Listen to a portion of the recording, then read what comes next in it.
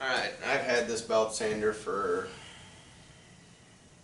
probably like 5 years, maybe 6. If you don't want to watch the whole video, just know that it's fine. If you need a belt sander, go ahead and buy it, and it'll serve you fine, as long as you know how to treat it. But if you want to know a little bit more, keep watching. I'll fill you in on everything I've learned about this guy. Now after 5, 6, however many years I've had this, it still holds up fine. No noticeable decrease in power. I believe this is a 1/2 horsepower motor,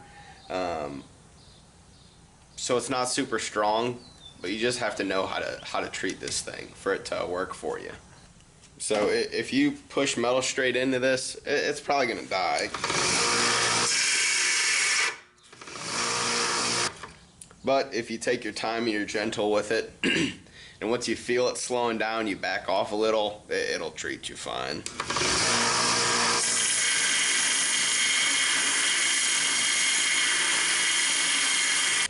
It's got this Platen behind here. I believe it's called the Platen, just a flat surface.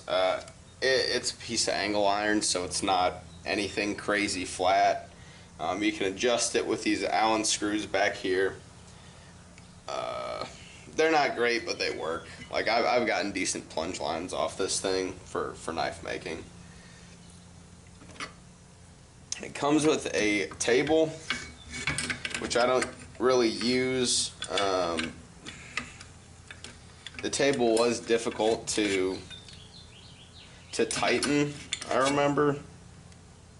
I can't even remember how to put this thing on. But you can adjust it with this screw over here to angle it upwards, downwards, basically just to make it flat. But I remember having difficulty with this screw right here, just not having enough screw to work with, and so it was a little loose. If you're going to use this for knife making, all these ridges in here are very inconvenient if you're using like a jig, because, well, yeah, because I use screws to angle my jig, and the screws would get caught in here.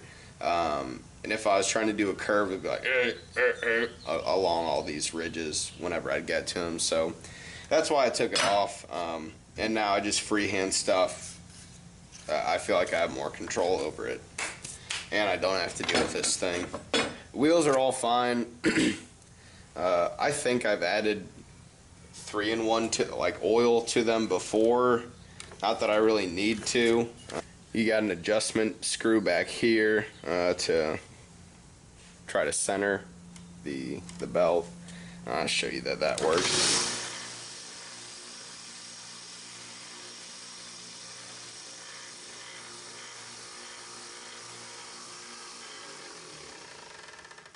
Right now I have one bolt down here. I just screwed it through the rubber foot into this door.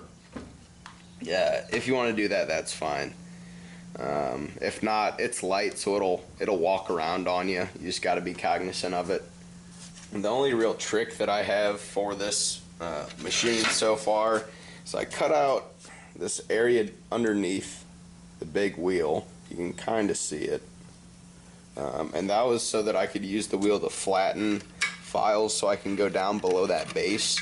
And with my old table, I used to have a hole cut in the base that it was sitting on as well, so I could just run this straight down in there and use this wheel to flatten pieces of metal roughly.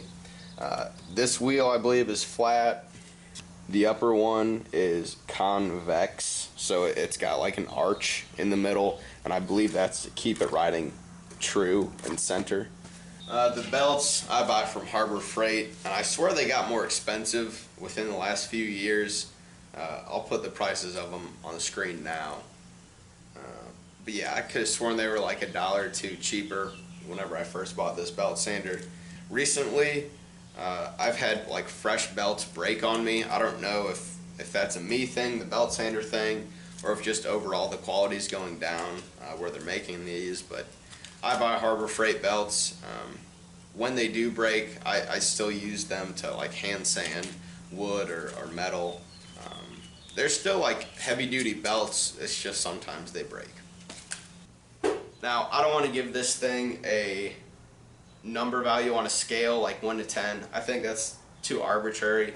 Instead, I'm going to ask this question and answer it. That question is, if this were to break today, would I buy it again?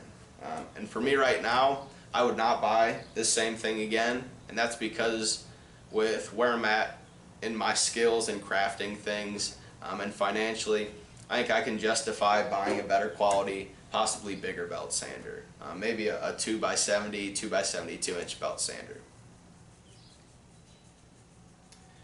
But for the average person just getting into knife making or crafting things, woodworking, or just the average homeowner that needs to be able to like sharpen lawnmower blades, something like that, this thing is going to do everything you need it to. You just need to be gentle with it. So I love this thing. I'm going to use it until the day that it dies, and on the day that it does die, I'll probably look into buying something a little bit bigger and a little bit more powerful. So I hope that helped. If you have any questions, let me know down below, and I'll see you in my next video.